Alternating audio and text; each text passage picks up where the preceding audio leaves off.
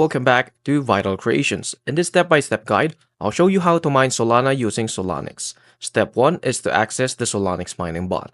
Click the Solanix mining bot link in the description. Once redirected to Telegram, join the official Solanix group. This is it only if it's required.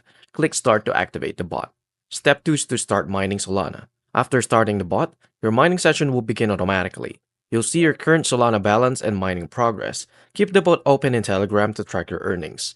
3 is to boost your mining speed.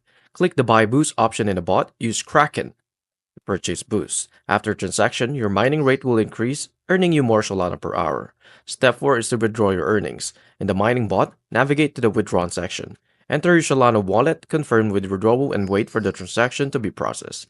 That's it. You successfully set up Solana mining on Solanix. Keep mining. Use Boost to increase your earnings and withdraw your rewards when ready. I hope this helped. If it did, please like and subscribe, and I'll see you into the next one. Thank you for watching.